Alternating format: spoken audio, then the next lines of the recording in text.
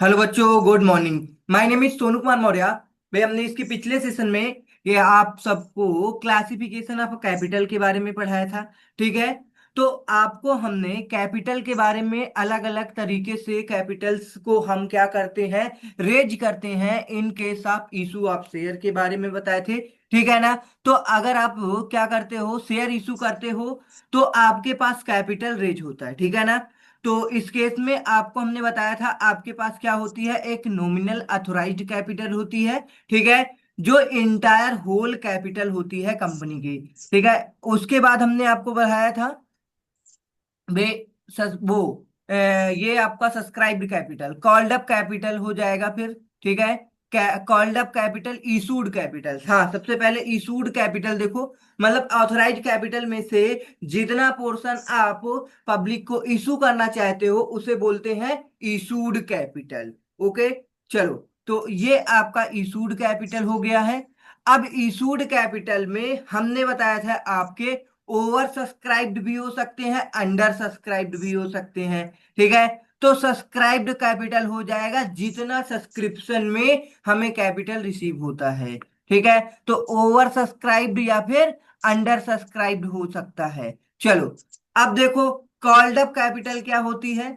आप जानते हो, अगर आप शेयर इशू करते हो तो उसकी एक नॉमिनल वैल्यू होती है या फेस वैल्यू होती है। अब आपने उसमें से सपोज 8 रुपए मंगा लिया, तो ये आपकी कॉल्ड अप कैपिटल, हमने एग्जांपल में 10 रुपए लिया था। ठीक है। तो 8 रुपए आपने मंगाया, तो ये कॉल्ड अप कैपिटल 8 रुपए बन जाएगी पर शेयर।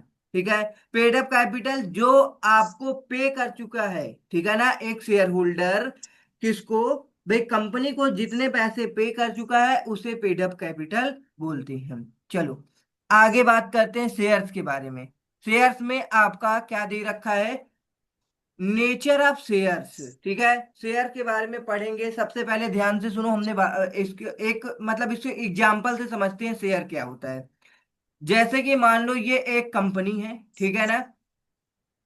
अब इस कंपनी के अंदर भाई क्या होगी, प्रॉपर्टी वगैरह। मान लो इसे कोई पर्सन क्या करेगा, इनकॉर्पोरेट कराएंगे दो चार पर्सन मिल करके, क्योंकि जानते हो आप पब्लिक कंपनी है तो मिनिमम 7 और प्राइवेट मैक्सिमम 2। तो अब मान लो ये प्राइवेट कंपनी है, इसमें दो से ज्यादा लोगों ने मिल करके कंपनी का क्या किया, इनकॉर्पोरेशन करा लिया। ठीक है। इनकॉर्पोरेशन करा लिए तो भाई इस कंपनी के शेयर होल्डर कितने हैं, 3 है। ठीक है ना। ओनर कौन है, 3 लोग हैं। अब इनको अपने कंपनी को आगे बढ़ाना है तो भाई कैपिटल की रिक्वायरमेंट होगी। होगी, बिल्कुल सिंपल सी बात है। तो कैपिटल ये कितने तरीके से ला सकते हैं, पहला तो ये क्या कर सकते हैं, ये तीनों फिर से अपने घर से कुछ कैपिटल लाएंगे, सेल्फ, जो कि कंपनी में लगा चुके होंगे ऑलरेडी से। ठीक है। उसके बाद दूसरा ऑप्शन है, ये क्या कर सकते हैं, लोन ले सकते हैं, बोरोइंग कर सकते हैं लोन ले करके। ठीक है ना। चलो, तीसरा ऑप्शन क्या आ सकता है इनके पास, ये क्या कर सकते हैं, अपने फ्रेंड सर्कल में किसी से भी मांग सकते हैं। लेकिन आज के टाइम में कोई पैसा ऐसे नहीं देता है। ठीक है। चलो, तो अब क्या करोगे आप, एक ऑप्शन आता है, आप इशू कर दो अपने कंपनी के डिबेंचर। ठीक है ना। डिबेंचर इशू करोगे तो भाई जो डिबेंचर परचेज करेगा वो आपको कैपिटल दे देगा, और आपको इसे क्या करना पड़ेगा, हर साल इसे इंटरेस्ट पे करना पड़ेगा। ये डिबेंचर होता है जैसे कि मान लो 9%, 8%, 6%, ये फिक्स्ड रेट पे इन्हें इंटरेस्ट आपको पे करना पड़ेगा डिबेंचर होल्डर को। ठीक है। चलो, तो आगे क्या है फिर हम कहते हैं कि मान लो कि कोई पर्सन आपको ऐसे कैपिटल नहीं दे रहा है। ज्यादातर लोग सोचते हैं हम मालिक बनना चाहते हैं। ठीक है ना। तो मालिक बनने के लिए कंपनी के इशू किए गए भाई शेयर्स पे इन्वेस्ट करना पड़ेगा आपको। ठीक है ना। मान लो कंपनी क्या करती है, कहती है यार डिबेंचर में ज्यादा लोग हमें कैपिटल नहीं दे रहे हैं, हमें मालिक आना हक थोड़ा से छोड़ना पड़ेगा। ठीक है ना। तो हम क्या करेंगे, शेयर को इशू करेंगे। शेयर इशू करेंगे तो इस केस में क्या होगा, भाई जो पर्सन शेयर को होल्ड करेगा उसको हमको क्या पे करना पड़ेगा, डिविडेंड पे करना पड़ेगा। ठीक है। डिविडेंड हर साल उसको देना पड़ेगा। डिविडेंड क्या होता है, मतलब कंपनी के प्रॉफिट में से हिस्सा पे करना पड़ेगा। इसे बोलते हैं भाई ये ओनर है कंपनी का। ठीक है ना। जितने परसेंट कोई भी शेयर होल्डर क्या करेगा, शेयर होल्ड करेगा, वो कंपनी का उतना मालिक बन जाएगा। ठीक है ना। चलो, अब ये तो नहीं होता कि मान लो हमने इस रिलायंस कंपनी का एक शेयर ले लिए तो हम रिलायंस कंपनी के क्या बन जाएंगे भाई, मालिक बन जाएंगे उस कंपनी में जा करके, भाई उसके असेट पे हक जमाएंगे। ऐसा नहीं होता भाई, ठीक है ना।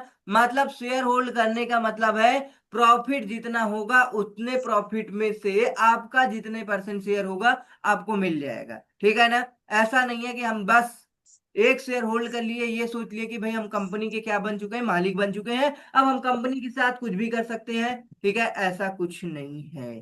ठीक है, आपके पास वोटिंग पावर है, आप वोट कर सकते हो, ठीक है ना। आपको ई वोटिंग आएगा और आप फिजिकल भी जाके वोटिंग कर सकते हो।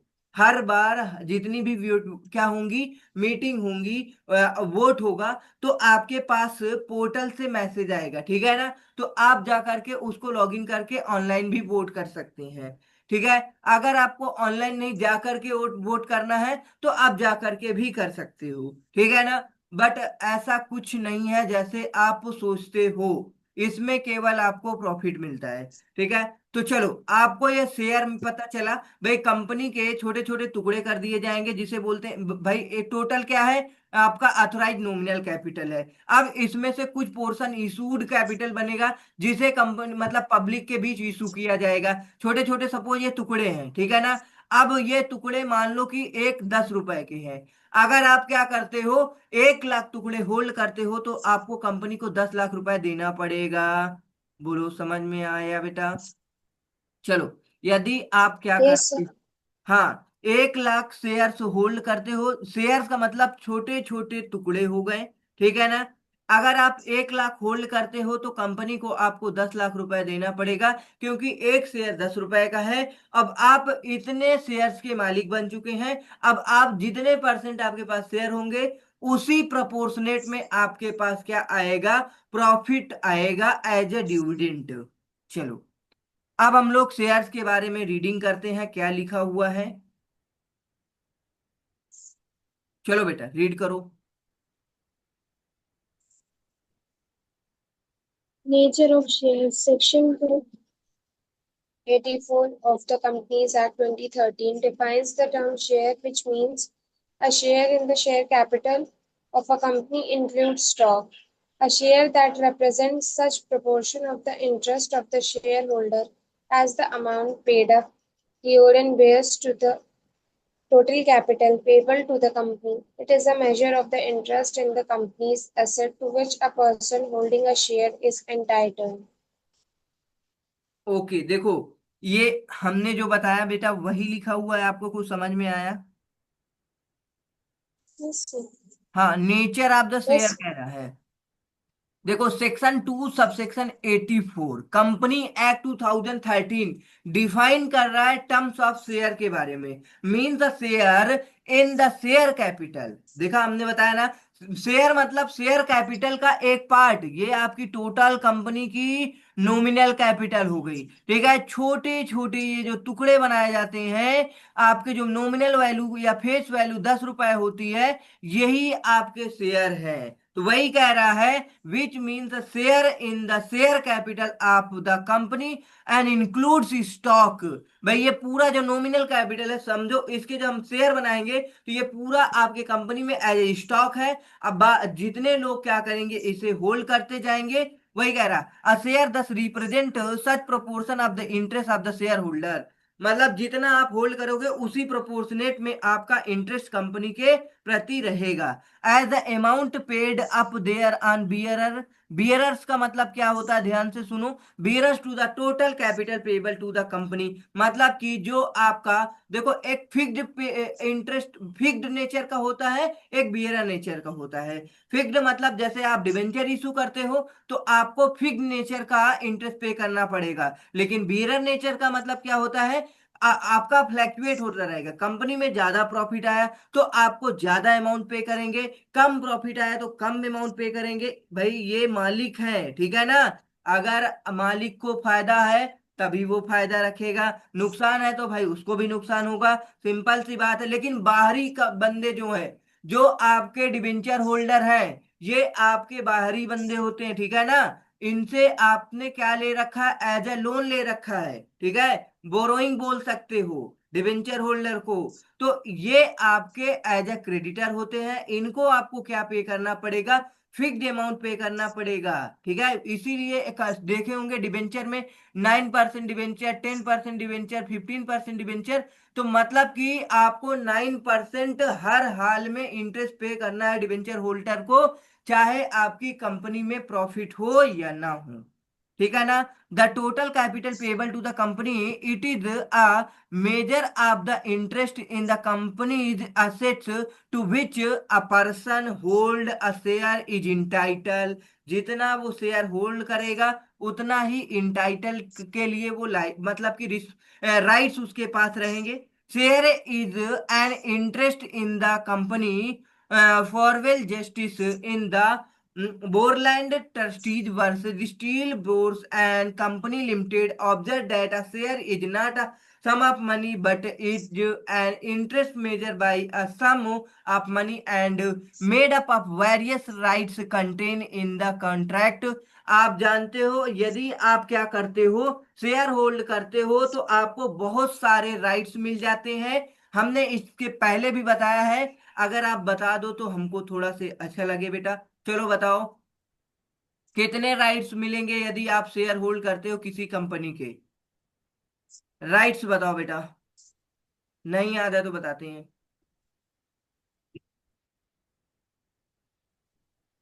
सर राइट्स हाँ, कुछ भी याद हो बताओ।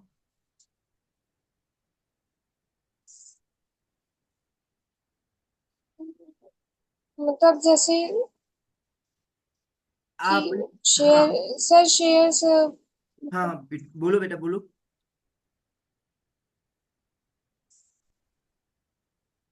कुछ नहीं, बोलो जो भी है, गलत सही सर बताओ तो। उसमें ये रहेगा कि हम्म। सर शेयर्स में ये रहेगा कि जैसे मतलब ये एक मतलब जितना इशू करने का मतलब हमारी क्षमता है, बस उतना ही इशू कर पाएंगे पब्लिक में, ज्यादा उससे कर नहीं पाएंगे। हाँ, चलो ध्यान से सुनो। मतलब कि यदि आप क्या करते हो, किसी कंपनी के शेयर होल्ड कर लेते हो, ठीक है ना, तो आपको क्या कह रहा है ये आपका शेयर का मतलब यही नहीं होता sum of money, but is an interest measured by a sum of money and made up of various rights contained in the contract including the right to. देखो भाई, आपको सारे राइट्स मिल जाएंगे यदि आप शेयर होल्ड करते हो। जैसे अभी हमने बोला, अगर कंपनी में वोटिंग होती है तो वोटिंग के राइट मिल जाएगी, आप वोट कर सकते हो, वोटिंग पावर आपके पास आ जाएगी। ठीक है ना, वोटिंग पावर मिलेगी। उसके साथ साथ आपको क्या, डिविडेंड के राइट हो जाएंगे, डिविडेंड मिलेंगे। अगर कंपनी बोनस इशू करती है तो बोनस के राइट मिल जाएंगे। उसके साथ साथ आपको राइट इशू करेंगे तो राइट मिल जाएगा। ठीक है। और अगर हम बात करें भाई, और आपको क्या मिल सकता है, कैपिटल एप्रिसिएशन मिल सकता है, कैपिटल एप्रिसिएशन। ठीक है। कैपिटल एप्रिसिएशन का मतलब क्या होता है, ध्यान से समझ लो। भाई कैपिटल एप्रिसिएशन क्या होता है? देखो, वोटिंग पावर तो पता ही है, वोटिंग राइट मिल जाता है, डिविडेंड मिलता है, बोनस मिलता है, राइट इशू मिल जाता है। अब ये कैपिटल एप्रिसिएशन क्या होता है, ध्यान से सुनो। मान लो आपने किसी कंपनी के शेयर 100 रुपए में होल्ड कर लिए, ठीक है ना, ये 2000 आपके मान लो 10 में। अब वही शेयर कितने के हो गए, मान लो ये आपने 1000 शेयर होल्ड किया। चलो, तो आपने कंपनी को कितना पे किया होगा, 100 रुपीज का एक है तो 1 लाख रुपीज पे किया होगा। ठीक है। चलो, 1 लाख रुपए आपने पे कर दिया। अब क्या होगा, आपको हर साल जितने भी 1 लाख के प्रोपोर्शनेट इंटरेस्ट वो डिविडेंड बनेगा, कंपनी आपको पे करती रहेगी। अब एक चीज और ध्यान से सुनो भाई। आपका सपोज ये 2025 में मान लो आपके शेयर्स का रेट चल रहा है इस समय 2000 रुपीज चल रहा है। ठीक है, मतलब कि कितने साल बाद बेटा, 15 साल बाद आपके एक शेयर का रेट हो गया 2000। तो आपने शेयर कितने ले रखे थे बेटा, बताओ। इसीलिए कहते हैं आज के टाइम में इन्वेस्टमेंट बहुत जरूरी है। तो आपने शेयर ले रखे थे 1000 ले रखे थे। चलो बताओ बेटा, कितना पैसा हो गया आपके पास, 20 लाख रुपए। बताओ, आपने इन्वेस्ट किया था 1 लाख रुपीज। आफ्टर 15 ईयर्स आपको कितने मिलेंगे, 20 लाख रुपीज।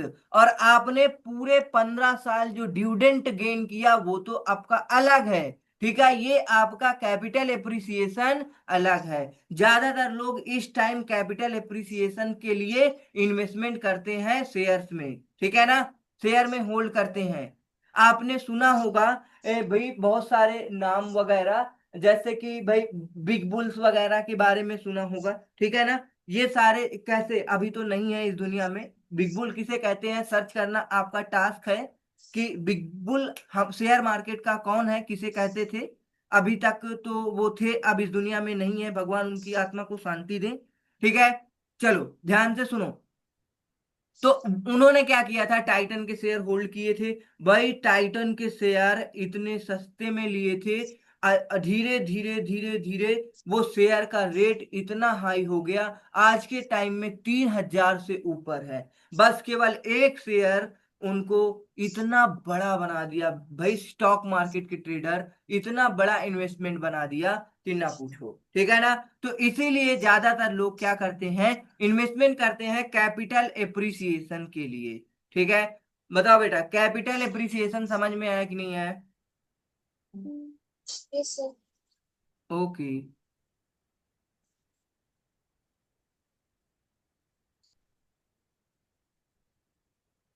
चलो आगे दे रखा है आपका, sum of money of more or less amount, you should not that the share holder are not in the eyes of law part owners of undertaking. The undertaking is somewhat different from the totality of the shareholder. The rights and obligation attaching to the share are those prescribed by a memorandum and the article of the company. It must, however, be remembered that a shareholder has not only contractual rights against the company but also certain other rights which accrue to the according to the provisions of the Companies Act. देखो भाई, इसमें आपके बहुत सारे rights हैं जो कि हमने ऊपर बता दिया है। ये कह रहा है आपको इस कंपनी एक्ट में पढ़ना पड़ेगा क्या क्या राइट होगा, ठीक है ना।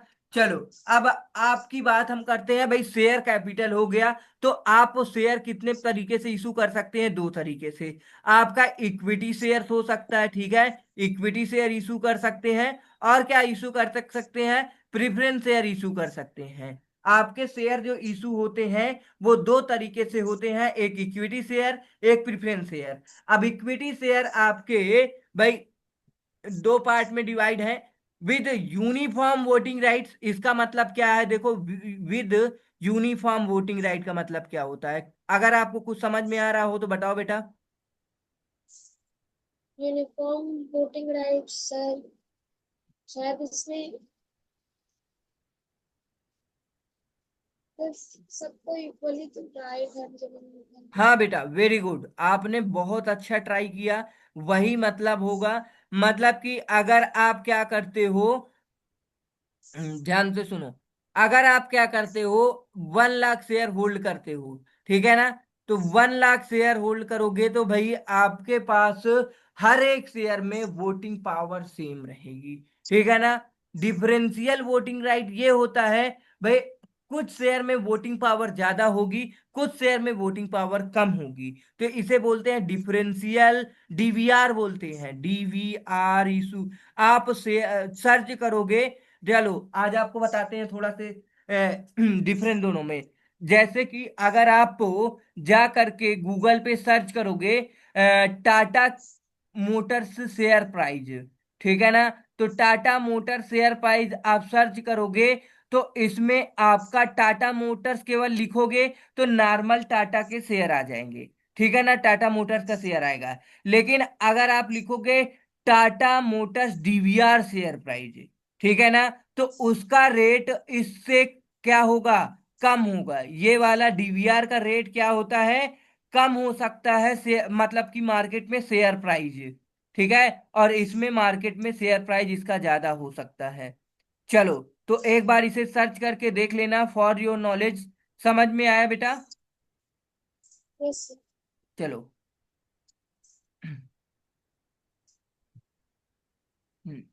प्रिफरेंस शेयर कैपिटल क्या होता है, प्रिफरेंस शेयर कैपिटल वो शेयर कैपिटल होता है जिसमें आपको वोटिंग पावर नहीं मिलती, वोटिंग राइट नहीं मिलती। चलो,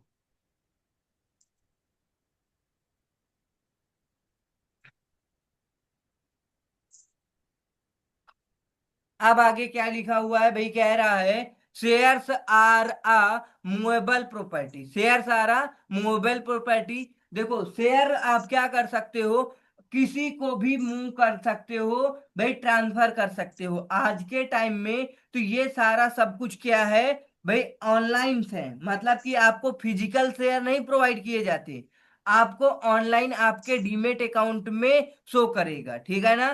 सारा सब कुछ पहले क्या होता था, फिजिकली यदि आप किसी कंपनी के शेयर परचेज करते थे तो उसका सर्टिफिकेट, शेयर सर्टिफिकेट आपके घर डिलीवर्ड होता था, ठीक है ना, फिजिकली। अब क्या होता है, शेयर सर्टिफिकेट आपको नहीं मिलता, आपके डीमेट अमाउंट के मतलब पोर्टफोलियो के अंदर सारा के सारा शेयर शो करेगा, ठीक है ना। चलो, तो shares are a movable property, आप इसे किसी को भी ट्रांसफर कर सकते हो। आज के टाइम में तो जानते हो क्या होता है, शादी ब्याह जब होते हैं तो उसमें डोरी अगर भाई डोरी के रूप में भी शेयर्स दिए जाते हैं, ठीक है ना, कि इस कंपनी के हमारे इतने शेयर्स हैं, हम आपको इतने शेयर ट्रांसफर करेंगे। मतलब कैश बहुत कम चल रहा है, देखो भाई, कैश दे करके भाई ज्यादा कैश नहीं दिए जाते, आज के टाइम में लोग शेयर भी देते हैं, ठीक है ना, कि हमारे पास इस कंपनी के इतने शेयर हैं, आपको हम ट्रांसफर कर रहे हैं, ठीक है। तो वो सारा एज पर एग्रीमेंट सारा सब कुछ होता है, कैसे शेयर ट्रांसफर किया जाता है, ये सारा टॉपिक पढ़ाएंगे। अभी आपके में क्या चल रहा है, बेसिक चल रहा है, तो बेसिक अच्छे से समझ लोगे एक बार, तो जब आपको हम क्या करेंगे, इसके आगे वाले चैप्टर पढ़ाएंगे तो उनमें आपको हेल्प मिलेगी, ठीक है ना। तो इसीलिए इसको बहुत डिटेल्स में सारा सब कुछ पढ़ा रहे हैं, ठीक है। तो वही कह रहा है कि शेयर आपका क्या है, मूवेबल प्रॉपर्टी है।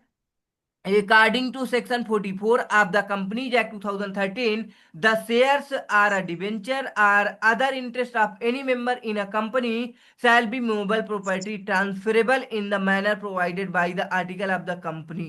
ठीक है ना, चाहे आपको डिबेंचर्स हो, चाहे आपके शेयर्स हो, या फिर अदर बॉन्ड्स वगैरह हो, ये सारे सब कुछ क्या है, मूवेबल प्रॉपर्टी है, ठीक है। चलो आगे क्या कह रहा है, शेयर शैल बी नंबर्ड, कह रहा है share shall be numbered, section 45 provides Yuri share in a company having a share capital. बिल्कुल, हर एक शेयर की एक क्या होती है, हैविंग शेयर कैपिटल होती है, ठीक है ना।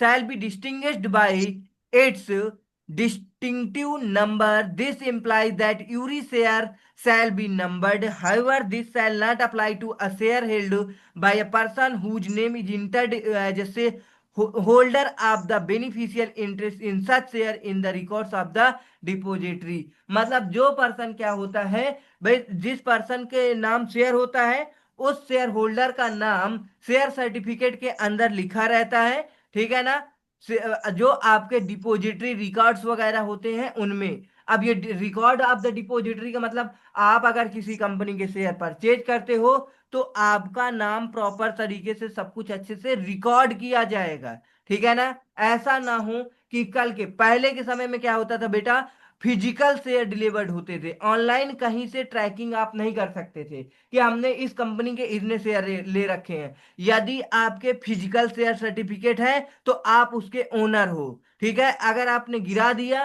तो आपको किसी भी प्रकार का भाई क्या नहीं मिलेगा, राइट्स नहीं मिलेंगे। तो आपको क्या होता था, जैसे कि शेयर सर्टिफिकेट फिजिकली डिलीवर्ड कर दिया जाता था। मान लो कि आपके दादा जो भी हैं, दादा लोग हैं, या फिर जो बड़े बुजुर्ग हैं, उन्होंने शेयर में पैसे इन्वेस्ट कर दिए थे, ठीक है। अब क्या होता है भाई, वो आपको बताया नहीं है, ठीक है ना, बाद में वो क्या हो गए भाई, बिल्कुल सिंपल बात है, जब एज हो जाएगी तो हर एक दुनिया से जाना है, हमको भी जाना है, ठीक है ना, हर इंसान जाएगा।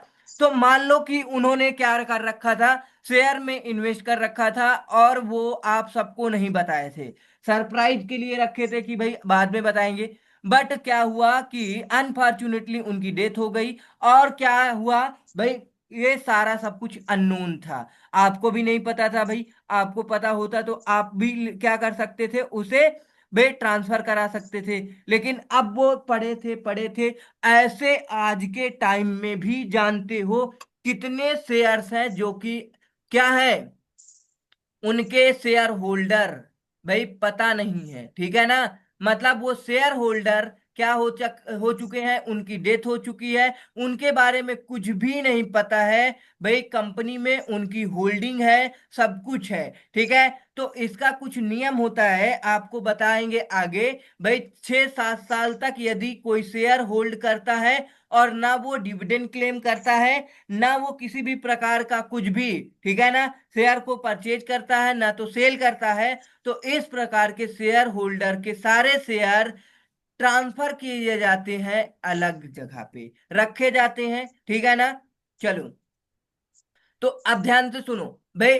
अब मान लो कि आपके दादा इन्वेस्ट कर रखे थे शेयर्स में। अब आपको एक आपने क्या किया भाई, एक बोरी खोला, उसमें देखा कि बहुत सारे शेयर सर्टिफिकेट हैं, ठीक है ना। ओ माय गॉड, अब आपको ये सारे शेयर सर्टिफिकेट बहुत सारे चूहे भी काट दिए हैं। अब आपने क्या किया भाई, अब ऐसे आप शेयर सर्टिफिकेट लेकर के जाओगे तो आपको कंपनी भगा देगी, कुछ नहीं देगी, ठीक है ना। आपको क्या करना पड़ेगा, एक सीए हायर करना पड़ेगा। सीए के द्वारा ये सारे पैसे का कलेक्शन आपको करके मिल जाएगा, ठीक है ना। मतलब कैसे, क्या इसमें क्या होता है कि भाई आपके ये सारे पैसे मान लो इसकी वैल्यूएशन होगी। भाई बहुत पुराने समय में उन्होंने इन्वेस्ट किया था, तो इसकी वैल्यू बहुत ज्यादा हो चुकी होगी। सपोज 100 करोड़, 1000 करोड़, इतने बड़े बड़े अमाउंट हो जाते हैं, ठीक है ना। तो इन सब को आम आदमी ऐसे जा करके क्लेम नहीं कर सकता है, ठीक है। सीए लोग इसे जा करके, भाई सारा सब कुछ उनको नॉलेज होती है, तो वो क्या करते हैं, इसे आपको क्लेम करके प्रोवाइड कराते हैं। बट आपको इनमें से कुछ परसेंट उनको देना पड़ेगा, 5%, 10%, एज पर एग्रीमेंट आपको सारा सब कुछ पे करना पड़ता है, ठीक है ना। तो वो 5%, 10% रख करके या 20% आपको सब कुछ दे देंगे, ठीक है। तो इस तरीके से अभी भी बहुत सारे ऐसे हैं जो कि सब केस लगे हुए हैं, ठीक है ना, फेयर क्लेम करने के लिए। बोलो बेटा, समझ में आया कि नहीं आया? Sir, please. चलो, आगे देखो क्या कह रहा है। Kinds of share capital, kinds of share capital में हमने बता दिया आपको, ये सारा हमने पढ़ा दिया। अब यहां से रीड करो, ये सारा सब कुछ हमने बता दिया है, वो आप पढ़ते जाओगे समझ में आता जाएगा, पढ़ो बेटा। Section 43 of the Companies Act 2013 provides the kind of share capital according to the provision. The share capital of a company limited by shares shall be of two kinds: equity share capital with voting rights or with differential rights as to dividend, voting, or otherwise in accordance with prescribed rules. हाँ, मतलब कि देखो, आपके shares equity share voting right वाले भी होंगे, with differential rights as the dividend, voting otherwise in accordance with, मतलब कि इसमें आपको वोटिंग पावर नहीं मिलेगी। हमने ये एग्जाम्पल जो दिया है, सच में हम ये एग्जाम्पल नहीं पढ़े थे, अपने से दिए हैं, ठीक है ना। मतलब हम अपने से दिए थे, लेकिन एज इट इज जो एग्जाम्पल हमने यूज किया वही एग्जाम्पल आपके बुक में दे रखा है।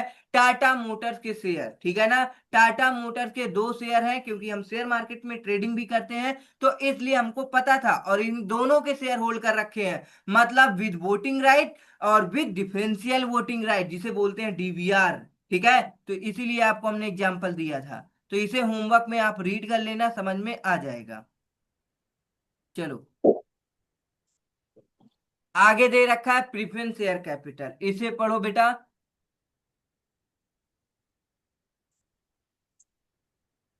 However, this Act shall not affect the rights of the preference shareholders who are entitled to participate in the proceeds of winding up before the commencement of this Act.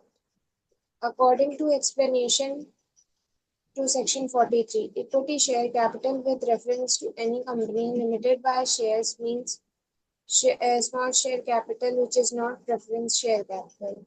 Preference share capital with reference to any company limited by shares means that part of the issued share capital of the company which carries or will carry a preferential right with respect to payment of dividend either as a fixed amount or an amount calculated at a fixed rate, which may either be free or subject to income tax, and repayment in the case of a winding up or repayment of capital of the amount of the share capital paid up or deemed to have been paid up, whether or not there is a preferential right to the payment of any fixed premium or premium on any fixed scale specified in the memorandum or articles of the company.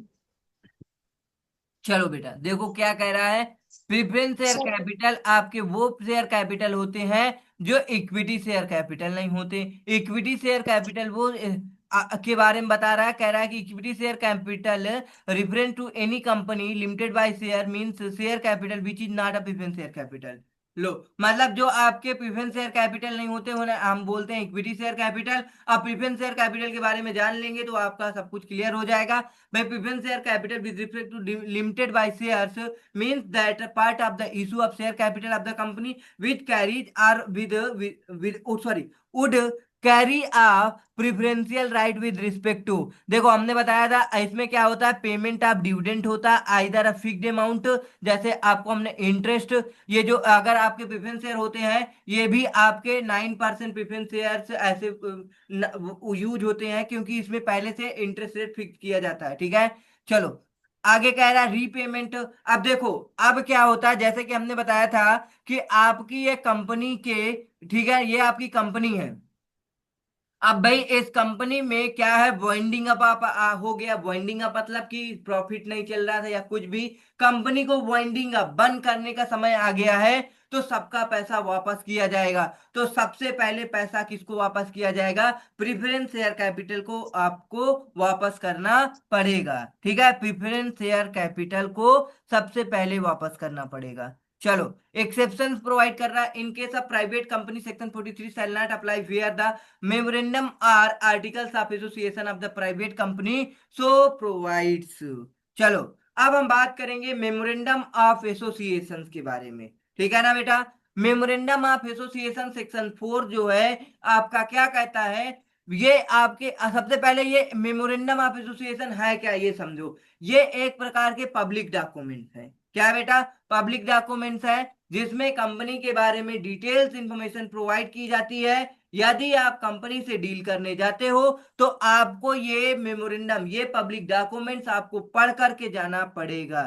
ठीक है, ये बाद में excuse नहीं चलेगा कि आपको इसके बारे में इंफॉर्मेशन नहीं थी, आप इसके बारे में नहीं जानते थे, तो इससे इस चीज का आप एक्सक्यूज नहीं दे सकते हो। ठीक है, इन केस आप आपके साथ किसी भी प्रकार का फ्रॉड होता है या कुछ भी हो जाता है, आप कॉन्ट्रैक्ट करने गए कंपनी से और कहते हैं कि सर हमें इसके बारे में नहीं नॉलेज था, तो हम क्या बोलेंगे बेटा, आपको क्या करना होगा, अगर आप किसी कंपनी से डील करने जाते हो तो आप क्या करोगे, सबसे पहले उसके पब्लिक डॉक्यूमेंट्स को पढ़ोगे, अदरवाइज आपको किसी भी प्रकार के राइट्स नहीं दिए जाएंगे। ठीक है चलो, memorandum of association what is this. sir, Purdy, हाँ बेटा रीड करो। the memorandum. The Memorandum of Association of Company is in fact of its charter. It defines its constitution and the scope of the powers of the company with which it has been established under the Act. It is the very foundation on which the whole edifice of the company is built. हाँ बेटा, तो एक second ध्यान से सुनो, Object of it. एक second फिर से बेटा। कह रहा memorandum of association company in in fact ये क्या है, चार्टर है। क्या है बेटा, इसे याद रखना है, इट्स चार्टर।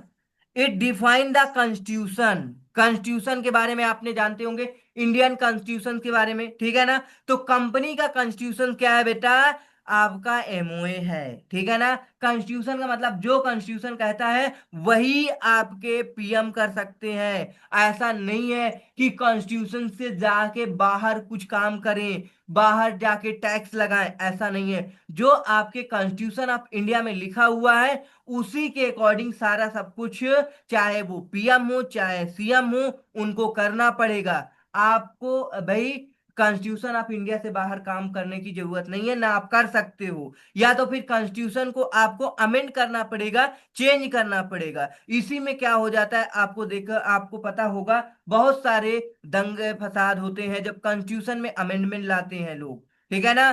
कोई गवर्नमेंट कॉन्स्टिट्यूशन को चेंज करना चाहती है तो उसके जो अगेंस्ट पार्टी होती है वो क्या करते हैं, उसका पूरा, बताओ क्या करते हैं, अगेंस्ट जा करके सारा सब कुछ बोलते हैं कि नहीं बोलते हैं। And the scope of the Yes. Power, अब यहां पे समझो जैसे कॉन्स्टिट्यूशन ऑफ इंडिया होता है, वैसे ही कंपनी के बारे में अगर हम बात करें तो एमओए क्या है, कंपनी का कॉन्स्टिट्यूशन है। And the scope of the power of the company, मतलब सारे के सारे scope and power of the company के एमओए के अंदर लिखे होते हैं। With with which it has been established under the act. It is the very foundation on which the whole edifice of the company is built। ठीक है, चलो समझ में आ गया बेटा। अब इसमें आपको बहुत सारे क्लॉजेस मिलेंगे, जैसे आप the object of registering memorandum, इसका ऑब्जेक्ट पढ़ो बेटा, एक second. It contains the object for which the company is formed and therefore identifies the possible scope of its operation beyond which its action cannot go. हाँ, It एक enables एक shareholder second, इसको पहले सुन लो yes. बेटा, सुन लो क्या कह रहा है।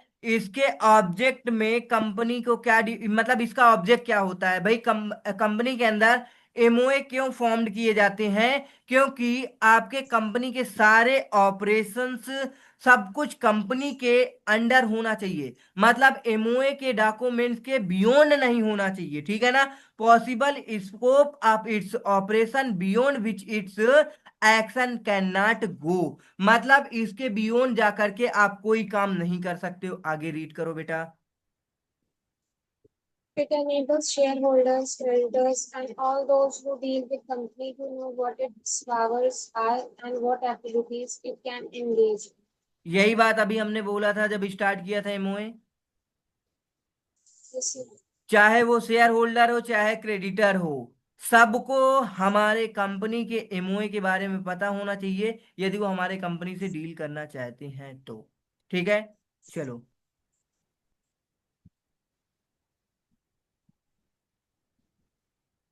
yes.